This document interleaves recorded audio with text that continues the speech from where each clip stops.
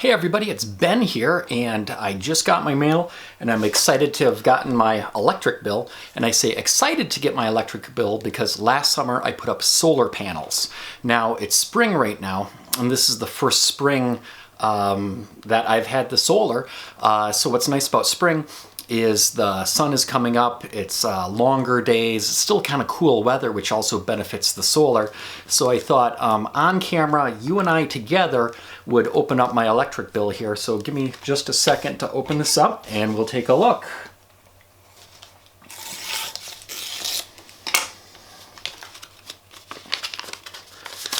I have a nice simple one-page paper bill, and kind of the important number is usually right there at the bottom.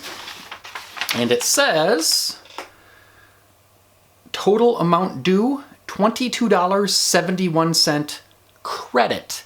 They owe me. So it looks like this month we had a usage of negative 268 kilowatt hours, meaning I actually exported 268 kilowatt hours more out to the grid than what we used, and I got credited for it. So right now the power company owes me over 20 bucks, and that's actually converted to a credit, so that'll just be available to me next month. So maybe next month I get another $20 or more credit, and that'll keep just rolling over. So eventually I'll be able to bank all that until the fall.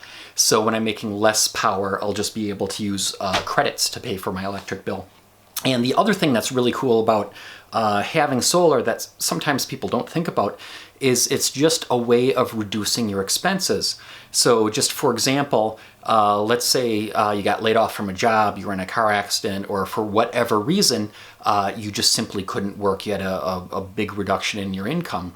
By minimizing and automating your expenses, it's a great way to not need to have as much income.